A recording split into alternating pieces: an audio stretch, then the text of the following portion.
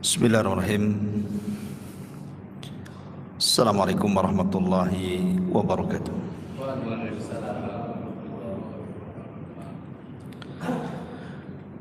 Alhamdulillah, assalatu wassalamu ala rasulillah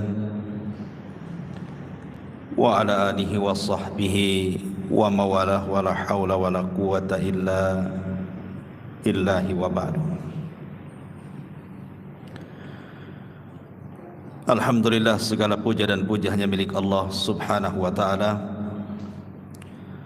Salawat dan juga salam kita hadiahkan kepada Rasul kita Nabi besar Muhammad sallallahu alaihi wa ala alihi wasallam.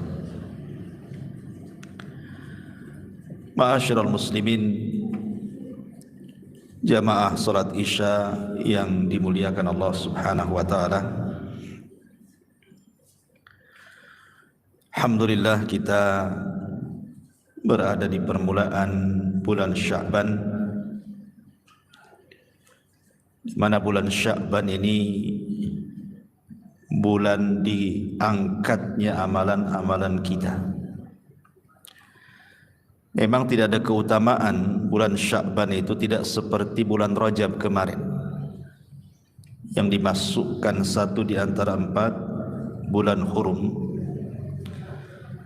dan bukan pula seperti Ramadan yang memang pemimpinnya bulan-bulan.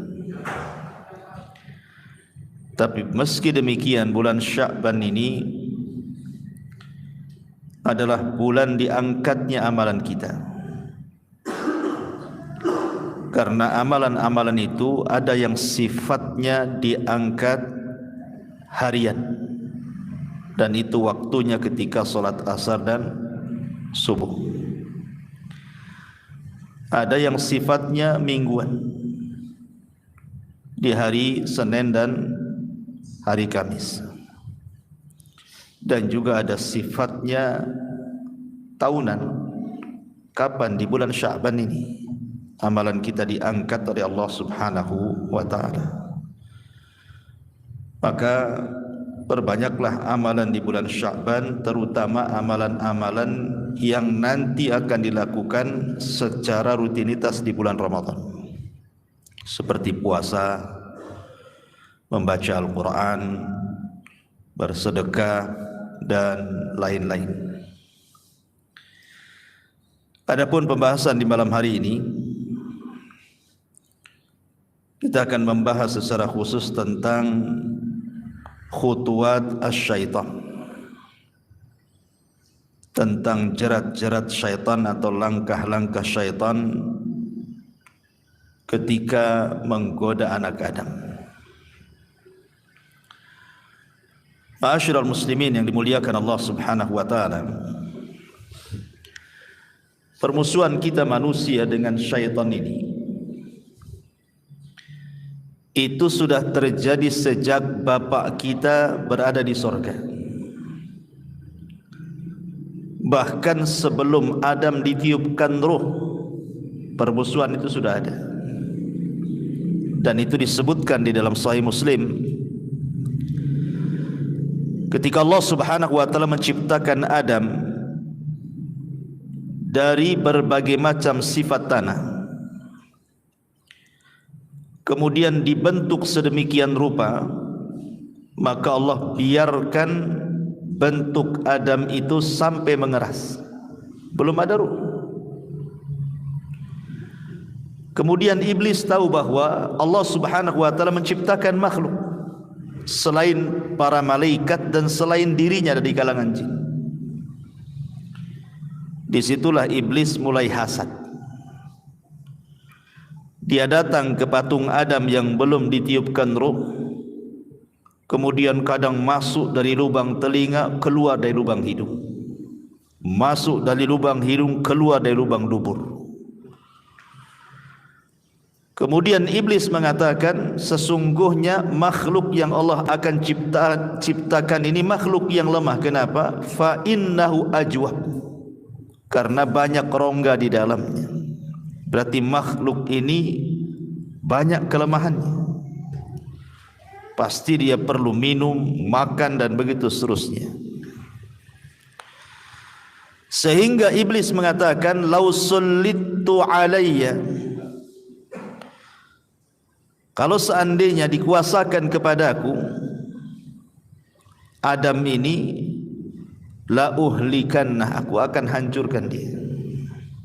Ini belum ditiupkan ruh, iblis sudah sesumbar seperti itu. Ditambah-tambah ketika betul-betul Allah tiupkan ruh, kemudian Allah Subhanahu wa taala firmankan, wa idz qala rabbuka lil malaikati inni ja'ilun fil ardi khalifah. Dan ketika Rabbmu berkata, sungguhnya aku akan menjadikan khalifah. Malaikat ketika itu sempat menawarkan diri dan mengatakan, ya Rabb, kalau seandainya kelak makhluk yang kau akan ciptakan ini akan menumpahkan darah dan akan banyak merusak di bumi, sebaiknya kami sajalah yang kau turunkan ke bumi. Tidak usahlah diciptakan Adam itu. Tetapi Allah mengatakan, aku lebih paham dari ciptaanku dibandingkan kalian. Maka ketika itulah Allah Subhanahu wa taala perintahkan para malaikat untuk sujud. Apa yang terjadi? Fasajadu, semua malaikat sujud, illa iblis, kecuali iblis. Disinilah permusuhan kedua. Setelah ditiupkan ruh, iblis tidak mau sujud. Apa alasan iblis tidak mau sujud? Alasan iblis tidak mau sujud karena ada syubhat di kepalanya, dengan mengatakan, ana khairum minhu khalaqtani min nar wa khalaqtahu min tin. Ya Rabb, aku kan lebih baik dibandingkan dia. Masa yang lebih baik sujud kepada yang tidak lebih baik? Kau ciptakan aku dari api loh, sementara Adam tercipta dari tanah. Api mendekati cahaya, artinya kami dekat dengan malaikat dibandingkan Adam. Itu syubhatnya iblis itu. Inilah kemudian permusuhan iblis kepada Adam membangkang perintah Allah Subhanahu wa taala. Sejak itulah Allah murka. Dan Allah katakan, fakhruj minha fa innaka rajim wa inna 'alaika la'nati ila yaumiddin. Keluar kau iblis, engkau terkutuk, sesungguhnya laknatku akan melekat kepadamu sampai hari dibangkitkan kiamat. Kemudian iblis pun melihat kemurkaan Allah Subhanahu wa taala, bukannya bertobat, malah dia mengatakan, qala fa anzirni ila yaumi yub'atsun. Kalau begitu ya Rabb, tangguhkan usiaku sampai hari kau bangkitkan kiamat ini. Maka Allah Subhanahu wa taala mengizinkan permintaan iblis dan mengatakan, innaka minal mungdharin. Kalau begitu baik, saya akan berikan kau tangguhan. Subhanallah. Ketika iblis merasa aman bahwa dia tidak akan pernah mati dan akan dimatikan kelak ketika bumi dan alam semesta ini dikiamatkan, maka dia punya kesempatan semakin hancur, semakin jahat, dan semakin ada kesempatan untuk balas dendam kepada Adam. Dari sini dia mengatakan, qala fa bi izzatika la ughwiyannahum ajmain. Dengan kemuliaanmu ya Rabb, aku akan sesatkan semua keturunan Adam ini. Jadi target iblis itu untuk menyesatkan Adam dan anak turunannya, kalau bisa semuanya, enggak tanggung-tanggung, semua anak keturunannya kalau bisa disesatkan. Makanya dia mengatakan, la ughwiyannahum ajmain, saya akan sesatkan mereka semuanya kalau bisa. Tetapi keinginan iblis tidak tercapai karena tidak semua terkena rayuan iblis kan. Ada orang-orang yang tidak terkena rayuannya. Illa ibadaka minhumul mukhlasin, kecuali hambamu yang ikhlas.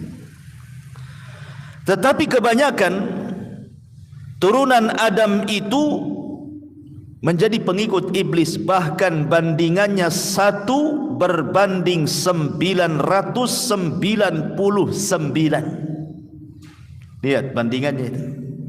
Dari 1000 orang, yang selamat cuma 1, yang tidak selamat 999. Luar biasa iblis. Mana dalilnya?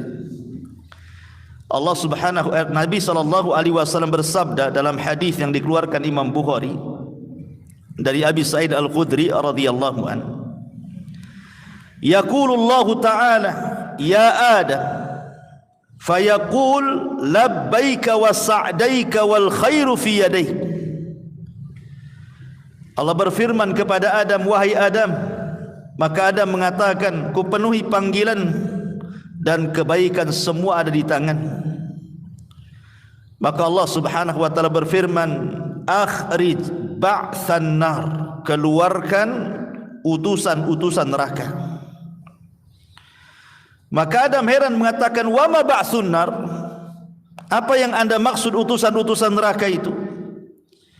Qala, maka Allah mengatakan, min kulli alfin tis'umi'atin wa tis'atu wa tis'in, setiap 1000 pisahkan 999, masukkan ke neraka. Artinya selamat cuma 1. Yang selamat cuma 1 tu bayangkan. Berarti 99% cita-cita iblis hampir tercapai kan. Tinggal 1% saja. Ketika dia mengatakan saya akan sesatkan mereka semuanya kan. Rupanya hampir berhasil karena 1 berbanding 999 kan. Luar biasa. Ma'asyiral muslimin yang dimuliakan Allah Subhanahu wa taala. Ketika Adam alaihi salatu wassalam mendapatkan tempat tertinggi di sorga sebagai pengganti iblis, mulailah iblis hasad. Kemudian mulai memberikan was-was kepada Adam alaihi salam dan juga pasangannya Hawa. Ketika Allah Subhanahu wa taala menguji keduanya agar jangan dekat-dekat pohon larangan, ini ada kesempatan iblis, ada celah di sini. Kalau Adam sampai memakan buah larangan, berarti Adam pun akan dicelakakan Allah Azza wa Jalla. Maka mulailah iblis membuat makar, datang kepada Adam dan Hawa memberikan was-was, tapi tidak bergeming keduanya. Sampai ketika iblis bersumpah, wa qasamahuma inni lakuma laminan nasihin, demi Allah wahai Adam, aku ini seorang penasehat yang baik. Ketika itu belum ada makhluk yang bersumpah atas nama Allah demi sebuah kedustaan, apalagi bersumpah di sorga, di alam para malaikat. Ya Adam percaya sajalah kan gitu. Karena sebelumnya belum ada bersumpah kepada Allah untuk sebuah kedustaan, kecuali iblislah yang mengawalinya. Kemudian iblis mengatakan, Adam, kenapa Allah larang kau dekat-dekat pohon larangan itu?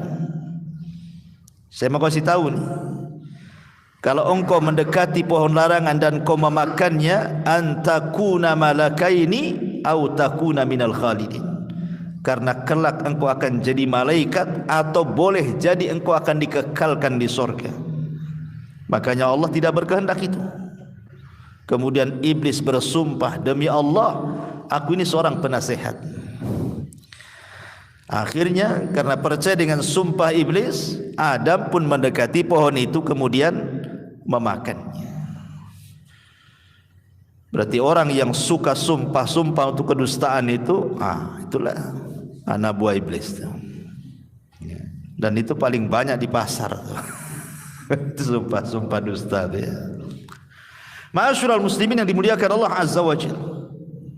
Lah ketika Adam betul-betul turun ke bumi, Hawa juga turun ke bumi, iblis juga turun ke bumi, qulna bitu minha jami'a, turun kalian semua ke bumi ini. Maka disilah kemudian mulailah ma'arakah, peperangan antara iblis dengan Adam dimulai, dan dengan anak turunannya. Dan iblis memiliki senjata-senjata yang Allah Subhanahu wa ta'ala berikan, tentu sebagai ujian kepada Adam. Ada 4 senjata yang digunakan iblis untuk menggoda Adam dan seluruh keturunannya, termasuk kita. Yang pertama, Allah Subhanahu wa ta'ala berikan kepada iblis mampu untuk at-tazyin, menghias-hias. Mampu menghias-hias yang batil menjadi hak, yang hak menjadi batil, yang benar menjadi salah, yang salah menjadi benar, atau mencampur adukan keduanya sehingga tidak lagi jelas mana yang batil mana yang hak, karena sudah gaduh-gaduh di dalamnya. Ini yang pertama. Yang kedua, al-kadhibu wal mukhada'ah, pandai berdusta dan pandai menipu. Kemudian yang ketiga, Allah buat Adam tidak bisa melihat iblis, dan iblis sanggup melihat Adam dan turunannya. Dan ini yang paling sulit ikhwan, melawan musuh di depan muka, nampak kelihatan batang hidungnya, dengan melawan musuh yang tidak kelihatan. Susah dilawan ikhwan. Macam mana cara namparnya? Kalau jelas batang hidungnya kita tempelin aja lah si iblis itu kan. Lah ini tak nampak pula, macam mana caranya? Ini yang kemudian agak sulit kita menghadapi mereka, dan mereka mudah pula menghadapi kita. Kemudian yang keempat, qudratuhu ala al-ittila ala syai'in minal ghaib. Allah berikan kemampuan kepada iblis dan juga turunannya, mampu dibukakan atau ittilah. Ittilah itu menili, meneropong hal-hal yang gaib. Seperti mereka naik ke langit, mencuri dengar percakapan para malaikat, kemudian dapat satu kalimat, kemudian diturunkan ke bumi, kemudian dijual kepada para dukun dan paranormal. Mereka diberikan kemampuan untuk itu. Dan ini 4 perkara ini semua karena ada tujuan. Apa tujuannya? Yang pertama, supaya semua manusia dibuat syirik dan kufur. Ini tujuan pertama iblis. Gimana caranya membuat manusia itu jatuh kepada kesyirikan dan kekufuran. Dan disebutkan di dalam surah Al-Hasyr ayat 16. Kamatsali syaitan idz qala lil insani kfur, seperti permisalan syaitan yang mengatakan kepada manusia, kafirlah kamu. Jadi tujuan yang pertama ini yang paling besar. Bagaimana manusia itu menjadi kufur kepada Allah dan menyekutukan Allah Azza wa Jalla, dan berhasil. Karena Allah mengatakan wa ma yu'minu billahi wa ma yu'minu aktsaruhum billah illa wa hum musyrikun. Dan tidaklah beriman kebanyakan manusia kecuali mereka menyekutukan Allah. Lihat hari ini orang-orang yang percaya dengan paranormal, para dukun, para bomo, percaya dengan tangkal-tangkal, jimat-jimat, tempat-tempat klinik, keramat-keramat, dan begitu seterusnya menyebar. Berhasil iblis membuat orang kufur. Kemudian yang kedua, tujuan iblis adalah isya'atul fahsyah, berusaha menyebar keburukan, menyebar kejahatan. menyebar kemaksiatan di tengah-tengah umat manusia. Ini tujuan yang kedua.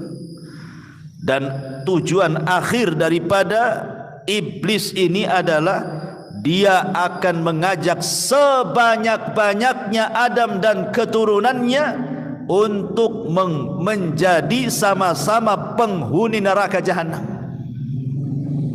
Itulah inti daripada iblis itu menyesatkan anak Adam. 3 perkara ini. Ma'asyiral muslimin yang dimuliakan Allah Azza wa Jalla. Makanya iblis itu bagaimana caranya orang itu kufur. Itu yang paling utama. Sampai-sampai dijelaskan dalam hadis dari Sabrah bin Abi Faki. Dia mengatakan, aku mendengar Nabi SAW bersabda, inna syaitan qa'ada libni Adam bi'atrukihi faqa'ada lahu bitariqil Islam. Sesungguhnya syaitan duduk untuk menghalang-halangi anak Adam dari berbagai macam jalan. Setan duduk menghalangi jalan bagaimana orang itu jangan sampai masuk Islam. Kemudian iblis akan memberikan was-was, tuslimu wa tadaru dinaka wa dina abaika wa abaika wa abai abaika. Buat apa kau masuk Islam? Apakah engkau akan meninggalkan agamamu, agama bapak-bapakmu dan agama moyang-moyang? Kemudian fa'asahu fa'aslam. Tetapi ada juga yang tidak menuruti kata-kata iblis, dia pun tetap nekat masuk Islam. Dari sini kita tahu bahwa iblis berusaha menghalang-halangi hidayah. Jangan sampai orang itu masuk ke dalam Islam, atau yang sudah masuk Islam bagaimana dikeluarkan dari Islam. Itulah tujuan inti daripada iblis, supaya sebanyak-banyaknya iblis mendapatkan pengikut di neraka. Ma'asyiral muslimin yang dimuliakan Allah Azza wa Jal. Dan permusuhan itu ditandai ketika kelahiran setiap anak Adam. Jadi kalau ada bayi lahir, disitulah iblis menancapkan permusuhannya. Dengan cara apa? Dengan cara menusuk lambungnya. Makanya setiap bayi yang dilahirkan pasti menangis. Kenapa menangis? Karena ditusuk oleh syaitan. Tapi tusukan ini tidak memadaratkan, hanya sekedar menabuh genderang perang, seolah-olah setan mengatakan, kau lahir, aku musuhmu. Gitu maksudnya. Udah dikasih tahu itu sejak bayi itu. Udah ditoel tuh, aku musuhmu. Itu waktu bayi lahir itu ya. Kecuali 2 bayi yang tidak ditusuk lambungnya, Maryam dan putranya Isa bin Maryam. Dan itu ditunjukkan dalam sebuah hadis, ma min mauludin yuladu illa nakhasahu syaitan. Tidaklah ada bayi yang lahir kecuali ditusuk lambungnya oleh setan. Fayastahillu sarikhan min nakhsati syaitan illa ibni Maryam, illa ibna Maryam wa ummahu. Maka bayi itu akan menjerit, menangis karena tusukan itu, kecuali ibunda Maryam dan putranya. Dari sini kita tahu bahwa setiap bayi lahir iblis sudah menabuh genderang perang. Ma'asyiral muslimin yang dimuliakan Allah Azza wa Jalla. Akan tetapi Anda perlu tahu bahwa sehebat apapun iblis dan anak buahnya, mereka tidak bisa mengajak kita secara langsung. Datang kepada antum, ambil tangan antum, diseret, yuk kita mabok. Enggak gitu. Ya. Yuk kita zina. Enggak. Ayo kita ke kuburan syirik. Enggak ada. Dia main datang, kemudian ngajak antum, nyeret tangan antum, dibawa ke tempat maksiat. Bukan itu caranya. Bukan. Mereka tidak sanggup melakukan seperti itu. Tapi yang mereka lakukan hanya memberikan was-was saja. Tapi walaupun hanya sebatas was-was, pengaruhnya luar biasa. Adam loh sampai turun dari sorga. Bukan iblis yang bawa tangan Adam, hayo hayo, atau didorong-dorong, makan tuh nggak gitu. Dikasih was-was, ya, makan, nanti kau jadi malaikat, makan supaya kau kekal di sorga, gitu ya kan, dibisi-bisi, ya, bukan diajak, ayo kita makan sama-sama, nggak gitu. Ya. Jadi iblis dan anak turunannya itu tidak bisa menguasai manusia. Dia hanya bisa memberikan was-was, tapi dahsyatnya was-was bisa menurunkan abina Adam dari sorga. Luar biasa. Makanya Allah mengatakan qul a'udzu birabbin nas. Di situ ada min syarri waswasil khannas. Masih was-was saja dia, tapi luar biasa pengaruhnya. Ya. Dan terkadang iblis itu ketika mengarahkan manusia tidak langsung kepada perkara besar, tidak, tetapi ada khutuwat namanya, ya, ada langkah-langkah.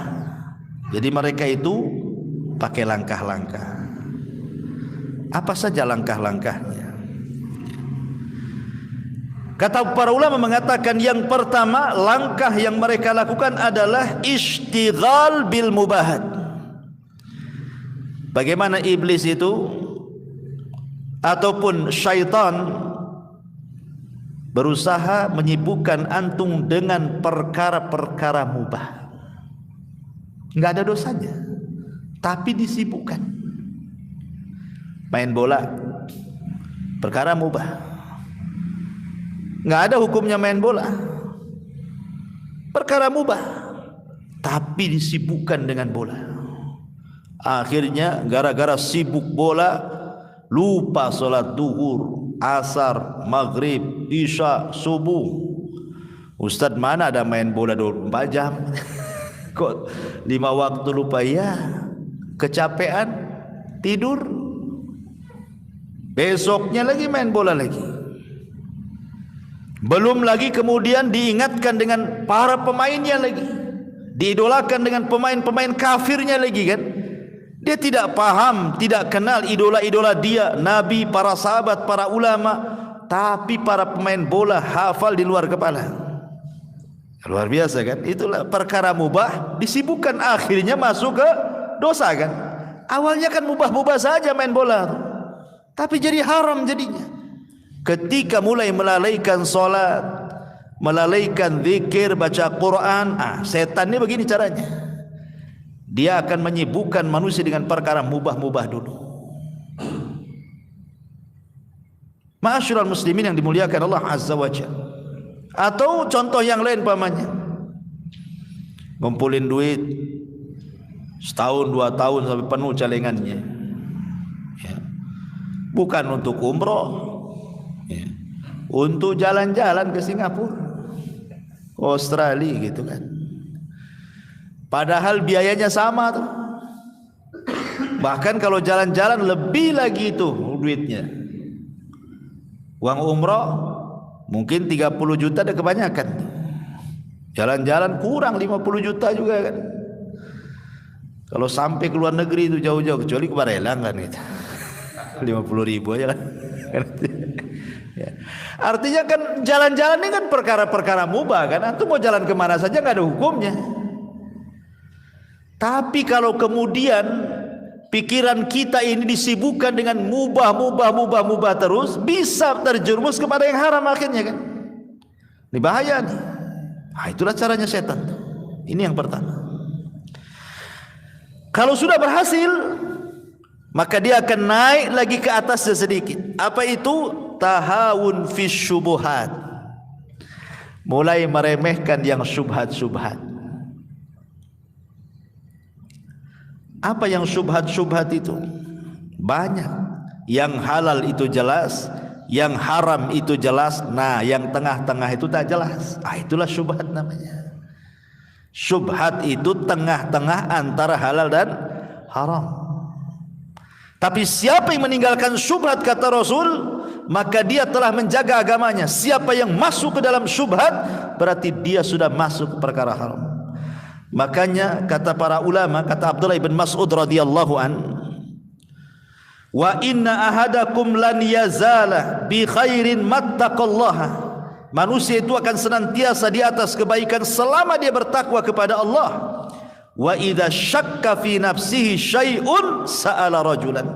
Tapi kalau sudah mulai ragu-ragu, cepat tanya sama orang alim, cepat tanya sama ustaz, sama ulama, fasyafahu minhu, supaya terhilangkan dari syubhatnya.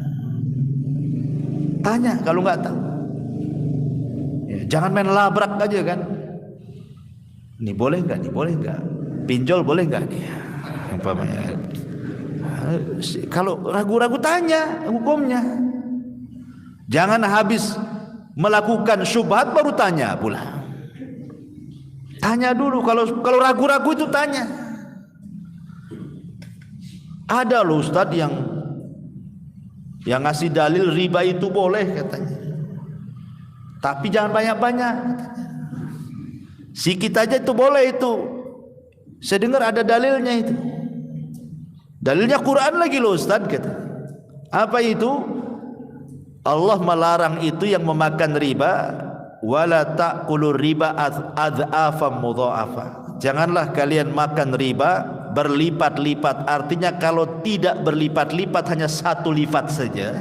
Begitu maksudnya. Berarti boleh tuh. Dia hanya membaca ayat ini. Bagaimana dengan ayat yang lain? Wadharu ma baqiya minar riba, kata Allah, tinggalkan semua jenis riba, mau yang besar mau yang kecil. Kalau orang tidak tanya kepada orang alim, nanti akhirnya jatuh ke syubhat di situ. Itu hati-hati itu jadinya. Ini banyak yang terjun pada perkara syubhat ini. Ini kalau setan dah berhasil di sini, naik lagi dia. Pandai setan itu. Apa itu? Mulai dia jatuh kepada al-muhtaqirat minadz-dzunub. Dia mengenteng-entengkan melakukan dosa, memudah-mudahkan melakukan dosa. Makanya kenapa seorang ulama bernama Sa'ad Bilal ibn Sa'ad ibni Tamim al-Qasi, yang diriwayatkan oleh Abdullah ibn Mubarak dari Auza'i, kata beliau, la tanzur ila sigharil ma'siyati walakin unzur li azamati man asaita. Jangan pernah melihat kecilnya sebuah dosa, tapi lihatlah engkau sedang berbuat dosa kepada siapa. Jangan dilihat kecilnya sebuah dosa, tetapi lihatlah Anda sedang berbuat dosa sama siapa. Karena kalau orang sudah meremeh-remehkan dosa ini bahaya. Ini kan dosa kecil saja, gak apa-apa, kan belum dosa besar. Kan gitu ya. Kalau bahasa seperti ini, maka Umar bin Khattab radhiyallahu anhu mengatakan, la saghirata ma'al istimrar. Tidak ada dosa kecil kalau dilakukan terus-terusan, ya besar juga lah kan itu. Ibarat antum mengumpulkan satu kerikil tiap hari, lama-lama menggunung juga tuh kerikil tuh. Maka jangan kemudian terjebak dengan pembagian dosa. Ada dosa kecil, ada dosa besar. Ini kan kecil saja, belum besar katanya. Nggak apa-apalah kan gitu, sekali-kali katanya. Subhanallah kan itu ya. Ini hati-hati. Sebab nih, kalau sudah terbiasa meremehkan dosa kecil ataupun mengenteng-entengkan amal, mengenteng-entengkan berbuat amal, melakukan kewajiban, melakukan sunnah dan begitu seterusnya, maka syaitan akan naik lagi tuh yang keempatnya itu. Apa itu? Irtikab al-mubiqat. Mulai dia menghancurkan dengan cara melakukan dosa besar. Disuruhnya untuk melakukan dosa besar itu. Kata Nabi sallallahu alaihi wasallam dari hadis Abu Hurairah radhiyallahu an yang dikeluarkan Al-Bukhari, Kata Nabi SAW, ijtanibus sab'al mubiqat, jauhi oleh kalian 7 perkara yang menghancurkan kalian. Sahabat mengatakan, apa itu Rasul? Maka Rasul mengatakan, asyirku billah, was-sihru, wa qatlun nafsi allati harramallahu illa bilhaq, wa aklu riba, wa aklu malil yatim, wa tawalli yawmaz zahfi, wa qadful muhsanatil mu'minatil ghafilati, kata Rasul. Apa 7 perkara itu? Pertama, kesyirikan. Yang kedua, sihir. Yang ketiga, membunuh jiwa tanpa hak. Yang keempat, makan riba. Yang kelima, makan harta anak yatim. Yang keenam, lari dalam peperangan. Dan yang ketujuh, menuduh wanita baik-baik dikatakan seorang pezina. Mulai kepada mubiqat, ya. Gimana orang didorong-dorong sama syaitan itu untuk melakukan dosa besar? Membunuh, minum khamr, berjudi, dusta, ghibah, macam-macam dosa besar itu. Kalau sudah berhasil nih, tingkatan yang paling tinggi, bagaimana manusia ini sampai taraf kepada kekufuran. Gimana ini?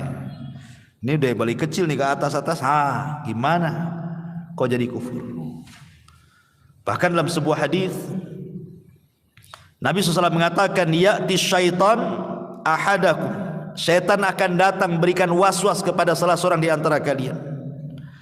Fayaqul, dan mengatakan, man khalaqa kadza, man khalaqa kadza, hatta yaqul man khalaqa rabbak, fa idza balaghahu falyasta'id billahi minasyaitonir rajim. Maka syaitan akan membisikkan, siapa yang menciptakan ini? Oh Allah. Siapa yang menciptakan itu? Allah. Siapa yang menciptakan ini? Allah. Siapa yang menciptakan kita? Allah. Terakhir, siapa yang menciptakan Allah? Terakhir itu pertanyaannya tuh. Awalnya, siapa yang menciptakan bumi? Allah. Siapa yang menciptakan langit? Allah. Siapa yang menciptakan gunung? Allah. Siapa yang menciptakan pohon? Allah. Terakhir pertanyaannya, siapa yang menciptakan Allah, katanya. Kan gitu. Itu dibisikkan sampai tingkat ke situ. Makanya Imam Ibnul Qayyim rahimahullahu ta'ala, beliau mengatakan, syaitan itu ketika membawa khutuwat, langkah-langkahnya, maka akan membawa 6 langkah, kata Imam Ibnul Qayyim. Imam Ibnul Qayyim mengatakan, ada 6 langkah, itu senjata syaitan untuk menyesatkan anak Adam. Apa 6 langkah itu? Yang paling tinggi, al-kufru billah, kekufuran kepada Allah. Yang kedua, an yuqi'aka fil bid'ati, bagaimana orang itu supaya berlaku bid'ah. Setelah syirik, kufur, baru di bawahnya bid'ah. Kemudian di bawahnya lagi, fi kabairi dzunub, dosa besar. Kemudian di bawahnya lagi, fi saghairi dzunub, dosa-dosa kecil.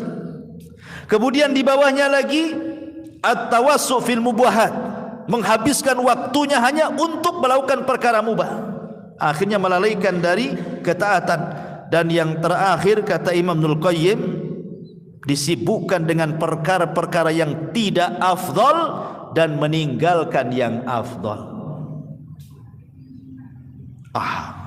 Salat di rumah kan gak apa-apa, ya. Salat di masjid afdal, salat di rumah gak apa-apa, ya sudahlah di rumah saja. Jadi selamanya di rumah aja itu, gak mau ke masjid ya. Itu kan meninggalkan yang afdal dan melakukan yang tidak afdal. Seperti itu, ikhwan.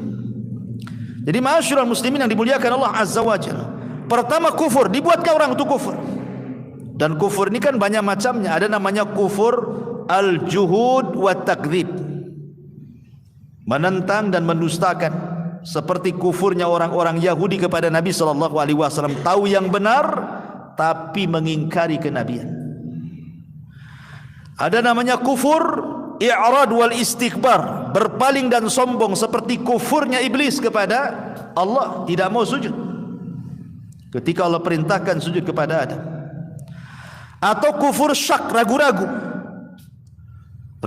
terhadap Allah, Hati-hati. Ataupun mungkin kufur nifak, orang-orang munafik yang menyembunyikan kekufuran dalam hati dan menampakkan keislamannya. Ini kekufuran namanya. Kemudian di sana ada di bawahnya disebut dengan bid'ah. Allah Subhanahu wa taala mengatakan, afaman zuyyina lahu su'u amalihi fara'ahu hasanan.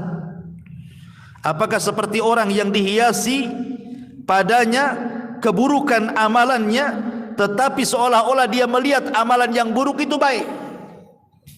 Kenapa? Bagaimana orang itu bisa tobat kalau seandainya yang buruk dianggap baik, yang bukan ibadah dianggap ibadah? Ya sulitlah tobatnya. Ini kan ibadah, padahal bukan ibadah kan itu ya. Makanya sering saya katakan bahwa bahaya bid'ah ini, satu, dia pelakunya sulit untuk bertobat, beda dengan maksiat.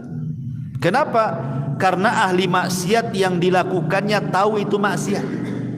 Tahu, orang berzina tahu zina itu maksiat. Orang lagi nyolong nyuri, tahu dia nyolong. Coba tanya pencuri, nyolong tuh baik enggak?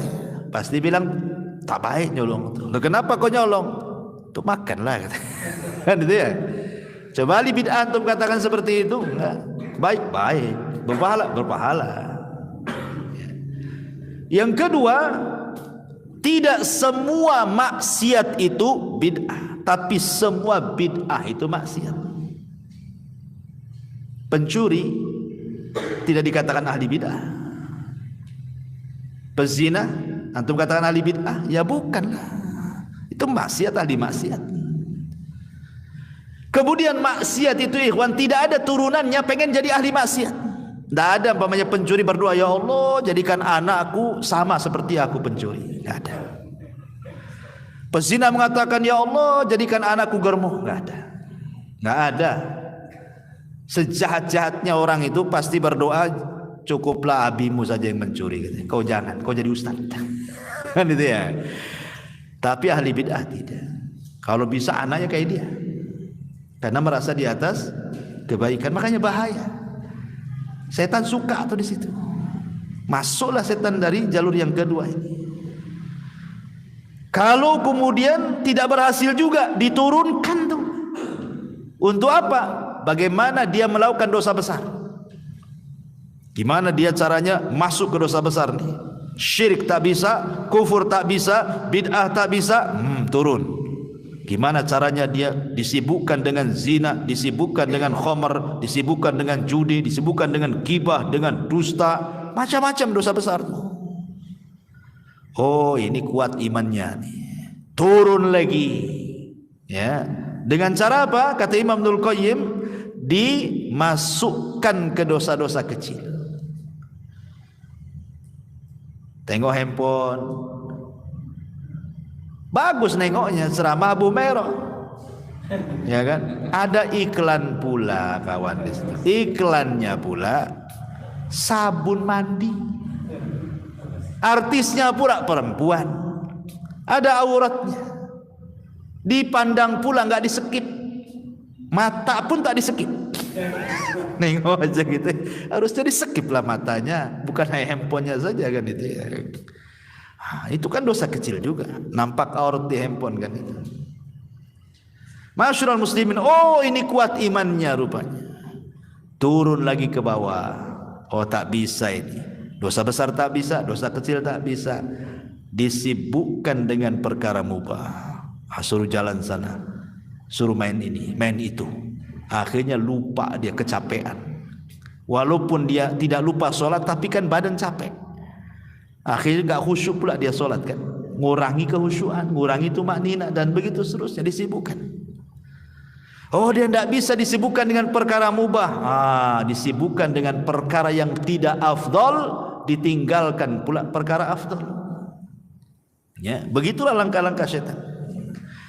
Ma'asyiral muslimin yang dimuliakan Allah Azza wa Jalla. Di dalam Al-Quranul Karim ada beberapa ayat, saya akan sebutkan. Langkah-langkah syaitan itu ada di beberapa tempatnya. Pertama, ketika Allah Subhanahu wa taala bicara tentang langkah-langkah setan, Allah Subhanahu wa taala bicara soal seputar makanan, ya. Kemudian seputar syariat ataupun agama. Karena Allah mengatakan udkhulu fi silmi kafah wa la tattabi'u khutuwatis syaitan. Masuklah ke dalam Islam secara keseluruhan, jangan ikut langkah-langkah setan. Ya. Artinya bahwa setan itu ketika memberikan langkah-langkah kepada manusia itu, dia akan membuat langkah dari berbagai macam, dari ibadah, dari muamalah, dari persoalan makan, minum, macam-macam, dari semua bab. Ya, saya akan contohkan secara singkat saja. Seperti umpamanya kita masuk dalam bab ibadah. Kita masuk dalam bab ibadah dulu. Di dalam sebuah hadis Nabi sallallahu alaihi wasallam mengatakan dari Abdullah ibn Mas'ud radhiyallahu an, dzukira inda Nabi sallallahu alaihi wasallam rajulun faqila ma zala naiman hatta asbah ma qama illa ila shalah faqala dzaka ar-rajul bala syaitanu fi udhuni. Disebutkan di samping Rasul ada seorang laki-laki yang tidur saja sampai pagi, lewat dia subuh tuh. Kemudian apa kata Nabi sallallahu alaihi wasallam? Oh, orang itu yang lewat subuhnya itu, balas syaitanu fi udhuni, sudah dikencingi itu telinganya, kata Nabi. Apa makna dikencingi di sini? Sebagian ulama mengatakan maknanya dikencingi itu ya secara hakikatnya. Seperti hadis-hadis tentang setan, kalau kita makan tidak baca basmalah maka setan ikut makan, kan itu ya. Setan kita tidak baca basmalah ketika minum maka setan ikut minum. Nah, sama juga ketika setan mengencingi telinga, ya betul-betul dikencingi. Bentuk kencing setan ya enggak tahu kayak apa. Kalau kencing antum kan saya tahu. Kalau antum kencingi telinga orang, budak terima orang tuh. Tapi hakikatnya memang setan itu mengencingi. Bentuk kencingnya seperti apa wallahu a'lam. Karena kita juga tidak pernah melihat setan kan? Tapi ada ulama membawa kepada hakikatnya. Ada juga yang mengatakan bahwa setan mengencingi itu maksudnya setan istihza wal istihqah, sedang mengejek. Antum itu sedang diejek dia sambil dikencingi telinganya. Akhirnya lewat sholat subuh, bangun jam 7. Jadi setan ngejek antum sambil ngencingi telinga. Coba bayangkan ikhwan, sering saya katakan, analogikan seperti ini. Kalau anak tampar wajah antum, kira-kira antum marah? Marahlah.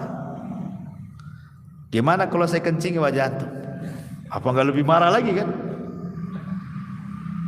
Orang ngencingi telinga kita, kita bisa dendam 7 turunan. Hari-hari antum dikencingi setan tak dendam-dendam. Gitu maksudnya ya. Kok enggak dendam-dendam antum sama setan itu? Ya bangun jam 7, jam 8 kan itu kan. Dia lagi menghina kita loh tiap malam. Kok aneh enggak dendam sama setan? Kalau enggak karena bolo setan kan itu. Ada juga memaknai bahwa maksudnya dikencingi itu setan sedang mengejek kita.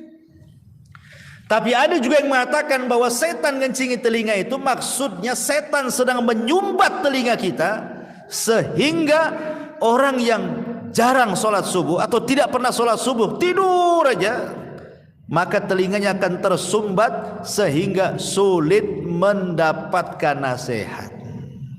Sulit kalau dinasihati. Orang yang jarang sholat subuh itu keras hatinya, susah dapat hidayah. Karena hari-hari dikencingi setan untuk telinganya. Nah, itulah bagaimana setan itu berusaha orang itu supaya jangan melaksanakan kewajiban kan. Lewat sholat malam, lewat sholat subuh, sengaja dikencingi. Dan itu satu langkah dia itu. Cukup sampai di sini? Tidak. Bukan hanya sekedar dikencingi saja. Dalam hadis Abu Hurairah radhiyallahu anhu, Nabi mengatakan, yaqidu syaitan ala qafiyati ra'si ahadikum idza huwa nam thalatha uqadin. Maka syaitan akan datang kepada setiap yang mau tidur. Umpamanya antum mau tidur nih jam 11, jam 12 gitu kan. Setan datang bawa 3 ikatan, kemudian diikat di tengkuk antum tuh. Setiap dia ngikat tengkuk kita, maka dia akan membisikkan di telinga kita. Apa bisikannya? Alaika lailun tawilun farkud. Malam masih panjang, tidur, tidur. Nah, itu bisikannya. Padahal antum tuh udah bangun tuh, ada kiroah di samping ini, udah dengar kiroah tuh, tapi setan datang, tidur katanya, tidur masih panjang. Azan masih lama. Itu ya. Coba bayangkan. Tiba-tiba dengar azan masih dibisikkan aja, tidur. Qomat masih lama kok. Coba bayangkan ya kan.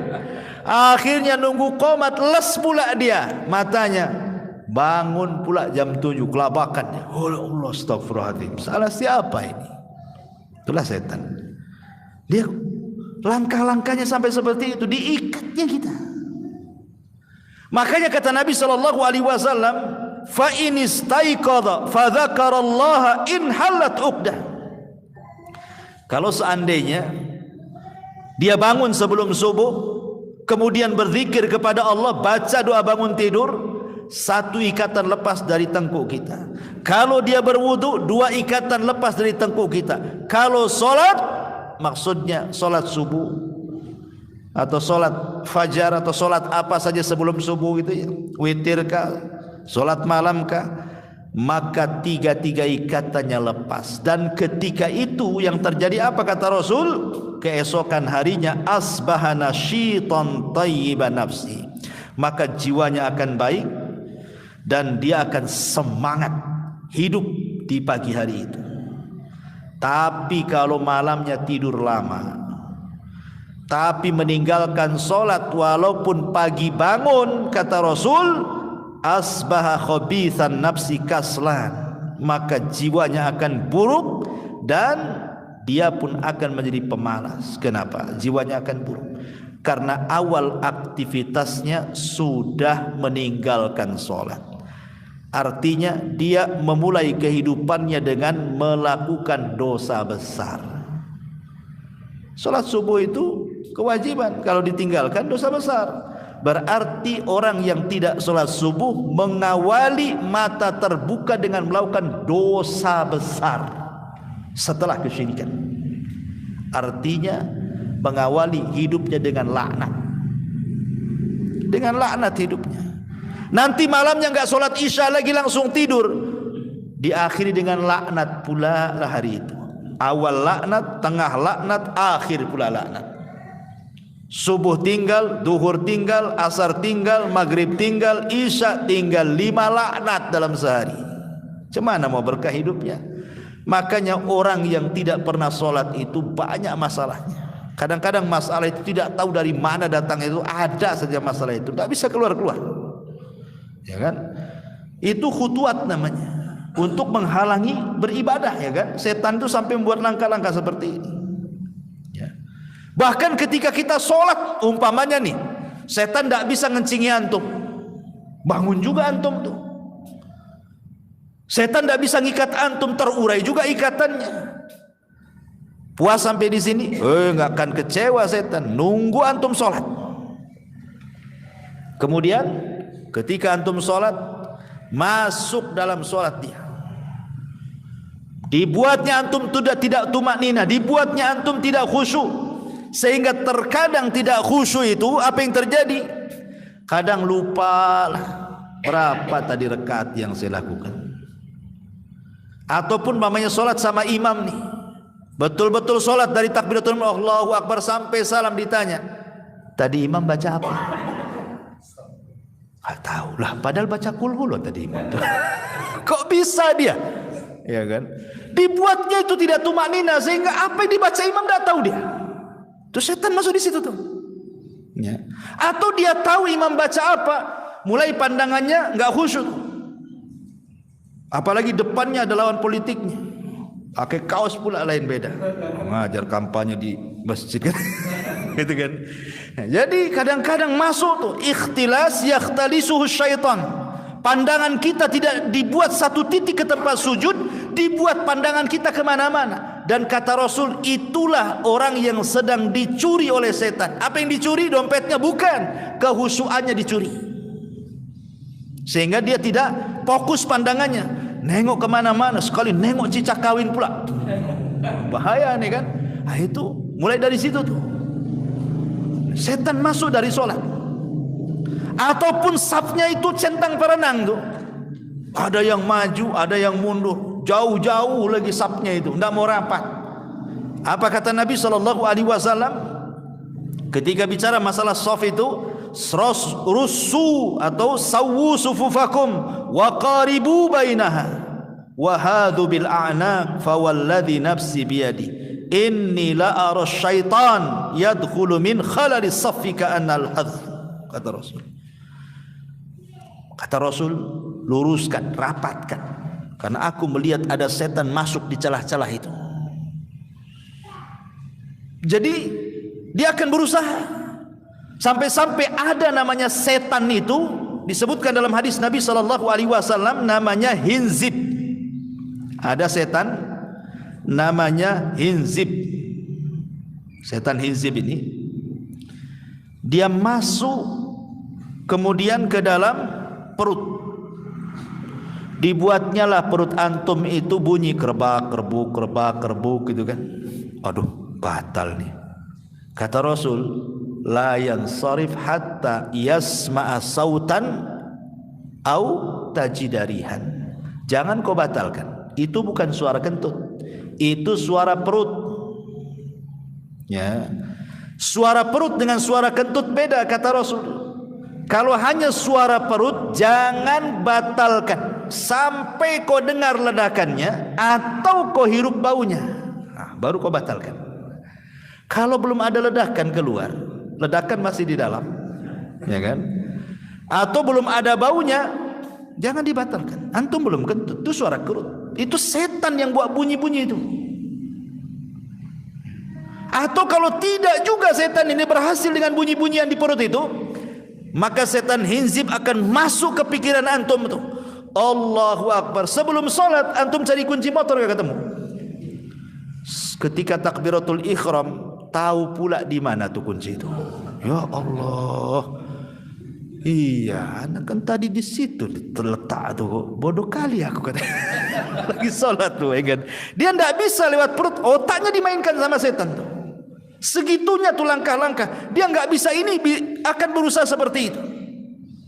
Setan tuh kan seperti itu dia. Berusaha tidak bisa satu pintu, cari pintu yang lainnya. Sampai betul-betul rusak solatnya orang itu. Itu yang disebut dengan khutuwat syaitan, langkah-langkah setan.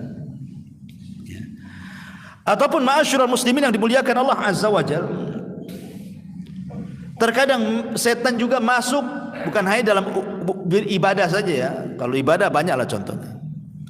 Kadang-kadang juga masuk dalam urusan muamalah. Dalam muamalah entah dengan keluarga, entah dengan tetangga, entah dengan rekan bisnis, entah dengan kawan di luar sana gitu kan. Itu kadang-kadang setan berusaha untuk supaya orang itu tahris bainakum, dibuat musuhan. Cemana caranya itu? Kadang-kadang perkara kecil jadi besar, akhirnya putus hubungan. Yang terkadang juga orang itu ada mau nakut-nakuti, umpamanya dia hanya bawa pentungan atau apa, nggak ada rencana mentung sebenarnya, nggak ada, cuman setan ambillah tuh pentungan tuh katanya, biar dia takut, hanya nakut-nakuti awalnya. Tapi kalau sudah di depan orang, setan masuk lagi, pentung tuh kepalanya kan. Gitu loh. Dia akan berusaha tuh. Sampai seperti itu kan. Makanya kita lihat gara-gara tetangga anaknya bertengkar. Anaknya yang bertengkar sebenarnya, bukan ibunya. Tapi anak ini laporlah sama ibunya. Ibunya pula lapor sama atasannya bapaknya. Bapaknya cuek saja. Tapi karena ibunya ngomong terus, masuk pula setan. Pak, tuh anak kita didolimi sama anak tetangga. Biarin aja. Besoknya ngomong lagi, Pak didolimi lagi. Nggak apa-apa. Masih juga tuh nakal. Baik, kapan kita mulai dia? Kadang-kadang suami itu pertama dia cuekkan, tapi kalau terus dihasut tuh kan, marah dia. Setan masuk di situ. Akhirnya betul-betul datang dilabrak tetangganya. Coba bayangkan, antum sudah berhubungan 10 tahun gara-gara urusan anak yang bisa didamaikan sebenarnya. Toh anaknya juga habis musuhan besoknya datang salaman lagi. Kita pula yang musuhan sama tetangga tak mau salaman. Kalau bisa jual rumah, pindah rumah. Kan pula di sini katanya. Ini kan setan ini kan berusaha itu sampai seperti itu. Ya. Jadi hubungan-hubungan bahkan dalam rumah tangga pun seperti itu. Bagaimana dibuatnya suami itu bercerai. Makanya kenapa disebutkan dalam hadis itu istana setan itu ada di lautan. Setan itu punya istana di lautan. Antah berantah di laut mana? Ada yang mengatakan di tiga Bermuda itu. Allahu a'lam. Tidak ada riwayatnya bahwa istananya itu di segitiga Bermuda. Yang jelas Rasul mengatakan istana setan ada di lautan. Apa di Selat Malaka sini? Allahu a'lam. Yang jelas bahwa adalah istananya. Setiap hari setan itu kan ngutus tuh anak buahnya tuh. Kamu goda tuh yang ujung sana, kamu goda. Semua diberikan tugas tuh setan-setan marodah tuh. Ada yang goda sampai meninggalkan sholat, ada yang goda mau sedekah nggak jadi, ada yang goda mau puasa tak jadi, pokoknya digagal-gagalin orang berbuat baik itu. Sampai akhirnya satu hari ini nih, gerilya ini, setan-setan ini, utusan iblis, maka malam harinya mereka melaporkan hasil apa yang mereka goda kepada anak Adam. Dan mengatakan, ya Tuhan, aku sudah menggoda dia tidak sholat. Diam aja si iblis, tidak terlalu bahagia dia. Ya. Iblis, Tuhan, saya sudah goda dia loh sampai nggak sholat. Duhur, asar, maghrib, isya, subuh, berhasil saya 5 waktu dia tak sholat katanya. Iblis diam saja. Kenapa? Ngapain kau goda? Dari dulu pun tak pernah sholat dia katanya. Kan gitu ya. Ngapain digoda katanya. Orang nggak pernah sholat nggak usah digoda lah. Dari dulu pun nggak pernah sholat. Artinya bahwa, tetapi ketika kemudian ada anak buahnya berhasil tuh meretakkan suami istri, bangkit dari singgasana iblis tuh, diambilnya piala, sini kamu, diletakkan pula di kepalanya. Anta, kamulah yang paling top, katanya. Iblis paling senang kalau seandainya ada anak buahnya yang bisa meretakkan suami istri. Kenapa? Karena korbannya banyak. Kalau orang sholat, tidak sholat, satu dia aja korbannya tuh. Tapi kalau berumah tangga, apalagi anaknya banyak nih, korbannya banyak.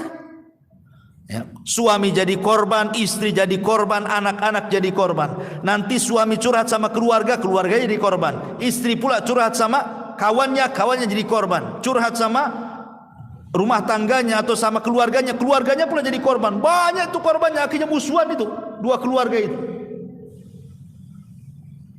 Akhirnya istrinya kawin lagi, nggak tanggung jawab dengan anaknya. Suaminya kawin lagi, ditinggalkan pula anaknya. Kata iblis, nak sini jadi anak angkat saya saja katanya.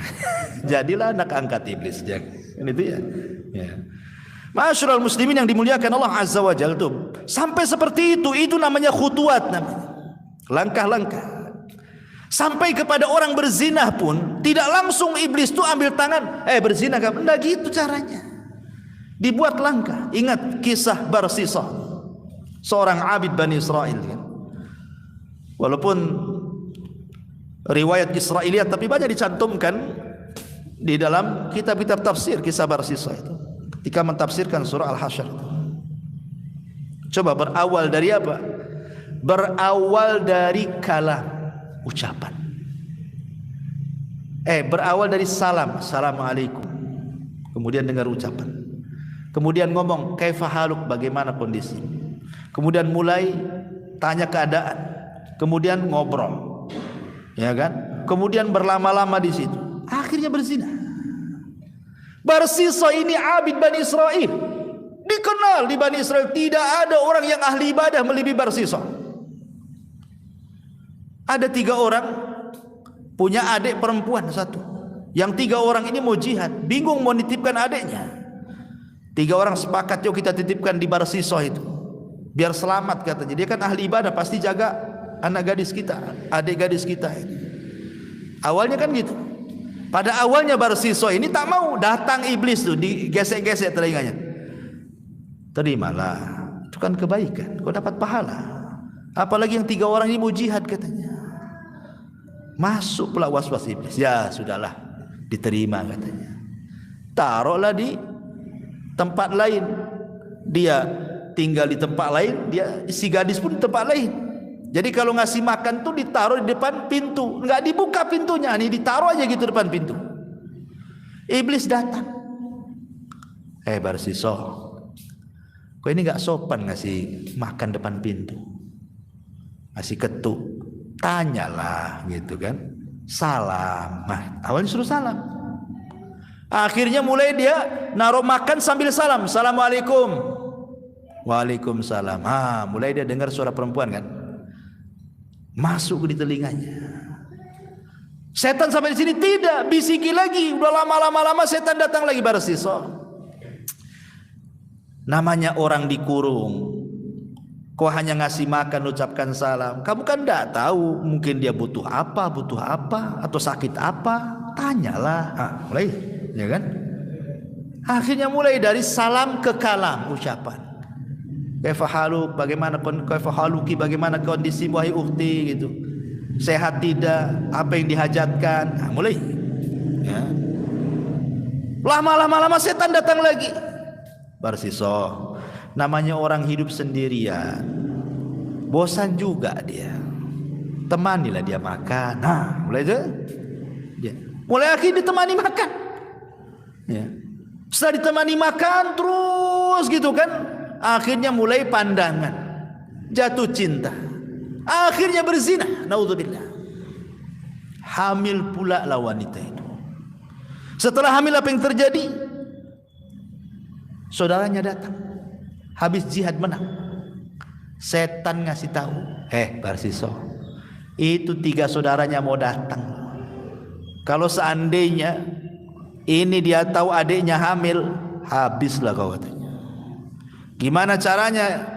Tunggu dia lahir, bunuh, hilangkan barang buktinya katanya. Hilangkan barang buktinya, hancurkan CCTV-nya, jangan ada CCTV katanya. Akhirnya semua dibunuh bayinya. Setelah dibunuh bayinya, datang pula si iblis itu. Barsisa, memang alat bukti sudah hilang, tapi apakah kau yakin wanita itu nggak akan bicara? Pastilah akan bicara. Kau sudah membunuh bayinya, mana dia terima katanya. Kalau dia sampai ngomong sama saudaranya, habis kau katanya. Kata Barsisa, lu apa yang harus lakukan? Bantai juga ibunya katanya. Dibunuh ibunya. Langkah-langkahnya coba. Dikuburkan di belakang rumahnya. Dah hilang barang buktinya. Datanglah 3 saudaranya nanyakan, mana adik saya katanya. Kata Barsisa, tak tahu. Semenjak kalian pergi dia pun pergi, tah berantah ada di mana. Nih yang ngomong Pak Ustadz, Pak Kiai ahli ibadah, ya sajalah kan gitu. Gak mungkin lah Ustadz bohong katanya kan. Iyalah, udah pulang. Menyesal mereka. Ya, kenapalah dulu dititipkan kalau harus hilang juga katanya. Malam-malam setan datang ke 3 orang ini, dibisikkan dalam mimpinya bahwa Barsisa lah yang membunuhnya. Setan yang ngasih tahu. Akhirnya 3-tiganya bangun, mimpinya semua sama. Mimpinya semua sama, baik saudara yang pertama, yang kedua, yang ketiga. Kan aneh, kok mimpi, kok jamaah gitu kan, bareng-bareng. Semua sama isi mimpinya. Ngamulah 3 orang itu. Ambil pedangnya, terbantai si Barsisa, kurang ajar katanya. Sebelum 3 orang ini sampai di rumah Barsisa, iblis pula dah sampai di Barsisa. Barsisa, yang 3 orang udah tahu loh kau yang membunuh katanya. Tapi aku bisa menyelamatkan kamu, enteng gampang tuh katanya. Gimana caranya katanya? Sujud kau kepadaku katanya. Pas si Barsisa sujud, 3 orang ini datang. Akhirnya iblis pun lari, dibunuhlah Barsisa dalam posisi sujud kepada iblis. Lihat bagaimana khutuat di sini kan. Langkah sampai mati kufur. Ya. Hati-hati. Bermain medsos kan juga awalnya kan gitu ya, kenalan. Copy pastenya bukan perkara apa. Ambil di ustaz-ustaz sunnah juga copy pastenya itu. Ngasih jempol lah itu ukhti itu kan. Mulailah kenalan. Sangkan tuh ustaz. Ya. Akhi ukhti aja tuh ngomongin. Kayak syar'i kali itu kan. Di medsos itu hati-hati tuh, yang bujang-bujang tuh. Ya. Nanti kenalan. Ya. Pacaran. Oh enggak pacaran Ustaz. Pacaran syar'i katanya. Gimana pacaran syar'i itu? Yang ngingetin kalau pas malam bangunlah ukhti sholat malam. Itu pacaran syar'i itu katanya kan. Ngingetin sholat. Coba kan. Alhamdulillah. Itu bukan pacaran syar'i. Jadi nanti lama-lama pasti juga akan ke situ kan. Karena Rasul yang mengatakan seorang itu wajib berzina. Mata bisa berzina melihat, telinga bisa berzina mendengar, lisan bisa berzina berbicara, tangan kaki bisa berzina, dan kemaluan yang kelak akan membenarkan atau mendustakannya. Dan begitu kata Nabi. Karena memang selangkah seperti itu. Itulah caranya khutuwati syaitan. Tidak langsung setan menyeret. Gak ada yang mau manusia diseret setan itu. Tapi kalau dilangkah-langkah sikit-sikit pasti mau. Itulah bahayanya langkah-langkah syaitan. Masyaallah muslimin yang dimuliakan Allah Azza, dan banyak lagi ya. Bisa juga masuk dari kemarahan. Marah itu kan dari setan. Kata Rasul, al-ghadabu minasyaitan. Marah itu dari setan. Apabila marah maka berwudulah. Ada yang mengatakan hadis ini lemah. Tapi ada juga yang mengatakan kalau kau marah berdiri, duduk. Kalau kau marah duduk, baring. Kalau kau marah juga baring, wudu. Kalau kau marah juga wudu, solat. Kalau habis solat juga marah, pergilah jauh-jauh. Mesti marah juga. Artinya kan lihat bagaimana ketika setan juga menggunakan langkah, maka dalam Islam juga ada langkah-langkah melawannya. Gak bisa begini, gak bisa begini, kan itu ya. Antum marah berdiri, duduk. Masih marah juga, baring di aspal. Gitu ya. Oh nggak bisa juga, ambil ke tempat wudu, sholat. Jadi supaya seperti itu, supaya ada langkah-langkahnya kan. Atau setan juga masuk pada al-ajalah, tergesa-gesa. Tergesa-gesa itu dari setan, bukan dari Allah.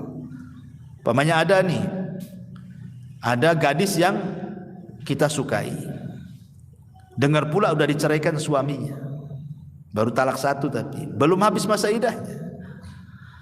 Tapi kadang memang si istri juga sudah suka ingin nikah dengan kita, sementara dia belum habis masa idahnya, main lamar aja antum. Terjadi nikah di masa idahnya, sah nikahnya? Tidak sah. Yang lebih parah lagi bukan tidak sah nikahnya. Kalau antum sampai melakukan pernikahan dan dia masih berada di masa idahnya, setelah nikah batal nikahnya, dan wanita itu diharamkan sampai kiamat tidak boleh dikawini. Tidak boleh dikawini sampai kiamat. Kenapa? Karena tergesa-gesa sebelum waktunya. Sama dengan seorang anak ingin cepat dapat harta waris, diracunlah itu pakai kopi sianida tuh kan bapaknya supaya cepat mati. Mati betul tuh bapaknya, dapat warisan sampai kiamat haram warisan. Kenapa? Karena tergesa-gesa sebelum waktunya. Itu namanya al-ajal, itu dari syaitan tuh. Ya. Ataupun al-israf, sesuatu yang berlebih-lebihan, makan berlebihan, minum berlebihan, tidur berlebihan, main berlebihan, itu semua dari syaitan. Makanya kenapa Nabi SAW itu sampai berdoa kepada Allah kan, Allahumma inni a'udzubika minal jubni wal kasal. Ya Allah, aku berlindung darimu dari al-jubn wal kasal. Kasal itu artinya kemalasan, karena malas itu dari setan. Makanya kenapa Rasul mengatakan at-tasa'ub mina syaitan. Tasa'ub itu nguap itu dari setan. Kalau kalian nguap cepat tutup kan begitu. Karena orang nguap tidak tutup tuh menunjukkan malas dia. Itu dari setan. Beda dengan bersin. Makanya suruh mengucap alhamdulillah. Ya. Dan banyak ataupun taswib. Taswib itu mengucapkan kalimat saufa dalam bahasa Arab itu balas sekitarnya nanti. Ini jam 12:30 sholat duhur, nantilah masih ada waktu. Nah, kan? Nanti asar juga gitu, mau dekat maghrib sholatlah nanti. Si nanti akhirnya duhur 2:30, asar 5:30 gitu ya, maghrib pula 7:30 gitu. Isya pula 7:30 subuh. Ini kan dia modalnya dapat 7:30 semua lah pahalanya kan gitu. Jadi ada orang itu yang bahasanya nanti. Kita ini sedekahlah nanti. Kalau cicilan motor udah lunas nih, kapan sedekahnya? Nanti. Baru saja ngambil kulkas katanya. Terus saja kan, nggak pernah sedekah. Karena dia nanti itu. Kapan lu tobat? Nanti habis umroh pula dia. Tak tobat juga. Katanya kalau habis umroh tobat, ya nantilah kalau habis haji katanya. Coba kan? Haji dia tak tobat juga. Kenapa enggak tobat? Katanya habis haji mau tobat. Nantilah kalau dekat-dekat mati gitu. Jadi nah ini kan dari setan. Taswif itu mengatakan saufa nanti. Ini bagian daripada khutuwatus syaitan. Ya. Dan banyak lagi. Adapun secara singkat juga yang disebutkan para ulama bagaimana cara menghadapinya karena juga sudah malam ini. Yang pertama, menghadapi langkah-langkah setan tentu bil ilmi wal ma'rifah. Ya, duduk di majelis ilmu, punya ilmu. Orang kalau mau perang enggak punya strategi, gimana mau ngelawan? Ya kan? Maka kita harus berilmu supaya dengan ilmu itu kita tahu cara melawannya. Kan diajarkan tuh dalam Quran, dalam hadis bagaimana cara melawan setan. Seperti bagaimana supaya setan itu bisa nangis gitu ya. Dengan cara apa? Antum ketika tasyahud, antum sungguh-sungguh. Karena kata Rasul, gerakan tasyahud itu sama dengan tamparan kepada setan. Lebih keras dibandingkan besi. Ya, gerakan dalam tasyahud itu. Jangan malas. Tasyahud gini. Apa dalam tasyahud kayak gini? Tasyahud gini. Ya kalau bagi yang menggerak-gerakan gerakan. Yang enggak gerakan isyarat gini saja. Itu udah tamparan tuh gini tuh. Tamparan keras tuh bagi si iblis itu. Nah, kita lihat kalau posisi tasyahud yang dilihat jarinya. Jangan lihat ke depan, lihat ke jari sini. Kalau lagi tasyahud. Ya, atau umpamanya sujud tilawah. Iblis itu paling enggak suka nengok orang sujud tilawah. Apa kata iblis? Dia diperintah Allah sujud, dia pun sujud. Maka Allah hadiahkan surga. Aku pula diperintah sujud, tak sujud. Allah akan masukkan ke neraka. Nangis akhirnya iblis. Dia paling nangis lihat orang sujud. Sedih hatinya. Ya, karena iblisnya iblis ikhwan itu tidak pernah mencela Allah. Iblisnya iblis tidak pernah mencela Allah. Dia mengatakan wa bi izzatika dengan kemuliaan. Tidak pernah. Tapi manusia ada yang lebih iblis dibandingkan iblis. Dicelanya Allah. Orang Yahudi mengatakan Allah fakir, nahnu aghnia. Dia fakir, kami kaya. Allah difakir-fakirkan sama orang Yahudi itu. Nasrani Allah itu 3. Ya bayangkan. Ataupun mencela Al-Quran. Al-Quran kan kalamullah, sama juga mencela Quran, mencela yang ngomong Allah. Kan banyak sekarang ini orang yang istihza terhadap kalamullah, diinjaknya Quran, dibakarnya Quran. Ataupun ngomongnya sih tidak menginjak, tetapi dari ucapannya sudah menghina Allah dan Quran kan. Syariat itu enggak kayaknya kalau diterapkan di sekarang itu enggak cocok tuh. Itu kan syariat itu Quran Sunnah itu di zaman Nabi itu. Sekarang bukan zaman unta lah, nggak relevan lagi. Nah, ada orang kayak gitu kan. Maksudnya apa? Jadi kalau kita ini saklek dengan Quran dan Sunnah itu, kayaknya disebut kolot. Belum tahu kolot? Kayaknya nggak maju-maju otakmu tuh katanya. Lah gimana Quran Sunnah itu akan relevan di setiap zaman, di setiap tempat. Bukan Quran Sunnah yang ikuti zaman, zaman yang harus ikut Quran Sunnah. Zaman itu yang harus ikut, karena Quran itu di mana-mana, Sunnah itu di mana-mana akan relevan. Hukum-hukumnya akan relevan. Ya, hukuman rajam itu di zaman Nabi katanya. Zaman sekarang kayaknya tidak bisa katanya. Kan itu ya. Ya. Jadi ma'asyiral muslimin yang dimuliakan Allah Azza wa Jalla. Ini yang pertama dengan ilmu. Yang kedua, al-amalu ala ziyadatil iman.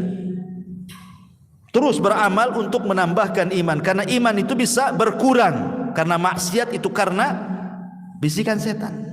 Tapi iman bisa bertambah dengan banyaknya amal. Maka ini bisa melawan setan. Kemudian yang ketiga as-saum, puasa bagi anak-anak muda.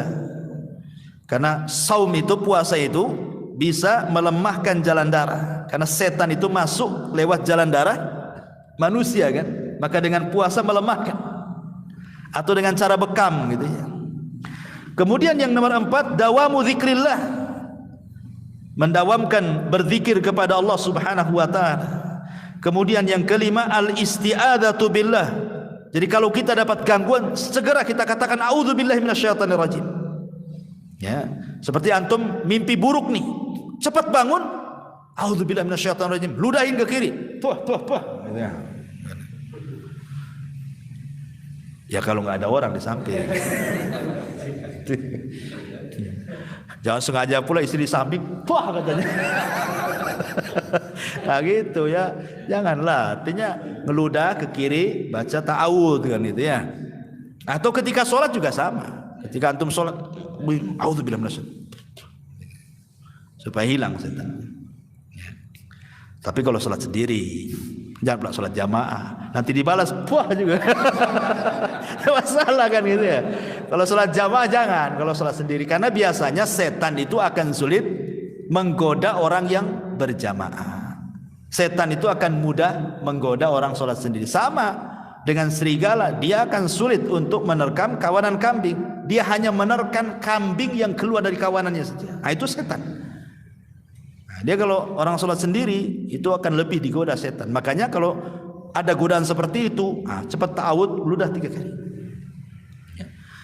Jadi itu juga isti'adzah itu penting. Karena juga Allah mengatakan qul a'udzu birabbil falaq dan qul a'udzu birabbin nas. Ya. Ini yang kelima. Yang keenam, alaika bisuhbati thayyibah. Cari teman yang baik. Karena setan itu bukan hanya dari kalangan jin saja. Setan juga ada dari kalangan manusia. Bahkan terkadang orang yang paling dekat dengan kita, istri kita itu jadi setan nih kawan. Ya bisa ya tuh. Disetani kita, janganlah sedekah dulu bang katanya. Rumah belum naik tingkat 2 katanya. Gitu ya. Bisa jadi setan tuh. Dihasut-hasutnya kita. Bang, tetangga sebelah tuh masya Allah, itu kaki kuning katanya, leher kuning, tangan kuning, saya pula hitam semua katanya. Belikanlah ke toko emas sana katanya. Malulah saya. Udah mulai dah. Suami kerjaan tak seberapa. Mulailah mikir-mikir nih, kita rampok aja lah toko emas ini. Gak punya, gimana? Lama-lama kan setan masuk di situ. Gara-gara apa? Bisikan istri. Bisikan istri ini orang yang tadinya tidak berbuat jahat jadi berbuat jahat. Bang, kita ngontrak terus ini katanya. Belilah rumah katanya. Tak bisa lah deng, itu berapa lah uang pendapatan. Besok ngomong gitu lagi. Lama-lama terpikir dia, mana nih kira-kira kabel telkom mana yang saya harus ambil. Jadi ada orang akhirnya jadi korupsi, ya kan? Akhirnya jadi maling, akhirnya menghalalkan yang haram. Yang penting terpenuhi keinginannya. Ada yang kayak gitu tuh. Ya. Jadi ini juga makanya cari teman yang baik. Kemudian juga yang terakhir adalah fa innallaha yahmi awliya'ah wa yahfad ahibba'u kama qala inna ibadi laisa laka alaihim sultan. Yakin dengan Allah bahwa Allah akan melindungi kita, menjaga kita, dan setan tidak akan menguasai kita selama kita yakin dan kita bersama Allah, dan itu dengan memperbanyak ibadah, taat, takwa, dan begitu seterusnya. Ini diantara langkah-langkah syaitan yang disebutkan oleh para ulama. Wallahu a'lam. Iya, boleh kita bertanya jawab, silakan. Sehubungan dengan lembaga peradaban, saya baru kemarin pagi saya buka di ayat semasa itu katanya biar apa robek sudah macam jadi hampir macam sampah lah, disimpan kan tidak bisa diguna lagi. Disebabkan kemarin bukan dari kebencian, tapi supaya jangan sampai masuk. Iya, nggak apa-apa untuk menyelamatkan. Nggak apa-apa, memang begitu. Dan pernah terjadi dengan Utsman bin Affan. Utsman bin Affan membakar Quran, tapi kiroah yang tidak disepakati. Kan dulu kan di zaman Utsman jadi khalifah,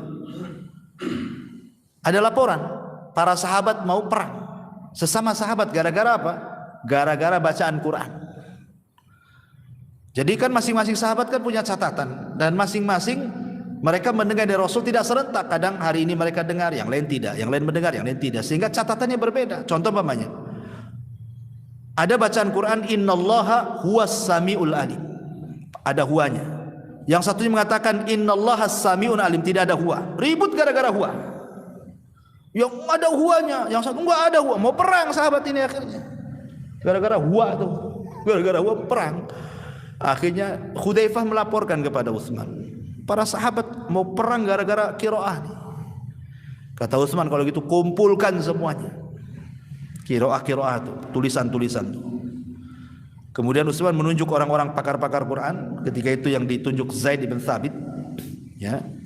Banyak, Ubay bin Ka'ab, banyaklah para sahabat yang pakar-pakar Quran. Disuruh untuk menyeleksi mana-mana qiraah yang disepakati dan yang terakhir dibaca Nabi, itulah yang ditetapkan. Mana-mana qiraah yang tidak pernah dibaca Nabi lagi dan dianggap qiraah syadzah yang menyelisihi, maka pisahkan. Akhirnya yang disepakati itulah yang dicetak, yang dipisahkan itu yang dibakar. Dibakar sama Utsman. Ya. Inilah yang menjadikan orang Khawarij di akhir-akhir khilafah Utsman menyalahkan Utsman, karena Utsman sudah membakar Quran katanya. Maka Utsman menjawab, Ali menjawab, Utsman membakar Quran itu bukan qiraah yang disepakati, tapi qiraah yang diperselisihkan supaya tidak terjadi peperangan di antara sahabat. Dan subhanallah hikmahnya sekarang tidak ada perselisihan soal Quran kan? Sampai hari ini nggak ada. Ya Quran antum di Amerika itu juga bacaannya, di Saudi itu juga bacaannya, di sini itu juga bacaannya, nggak ada yang beda-beda. Jadi sehingga dibakar, ya kan? Syahidnya kan dibakar di sini, ya, untuk menyelamatkan supaya jangan terinjak, ya. Atau antum baca, kan sekarang ada undangan kawin pun ada bismillahnya tuh, Bismillahirrahmanirrahim. Orang-orang asal lempar saja kan.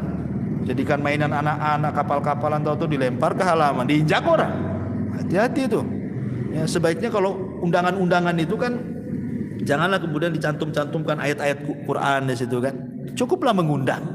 Kan itu ya cukup. Karena dikhawatirkan akhirnya main campak-campak sana akhirnya terinjak-injak kan. Seolah-olah ada wasilah ke situ. Wallahu a'lam. Ya. Sekira cukup. Subhanallah bihamdika asyhadu an la ilaha illa anta astaghfiruka wa atubu ilaik. Wallahu ta'ala. Assalamualaikum warahmatullahi wabarakatuh.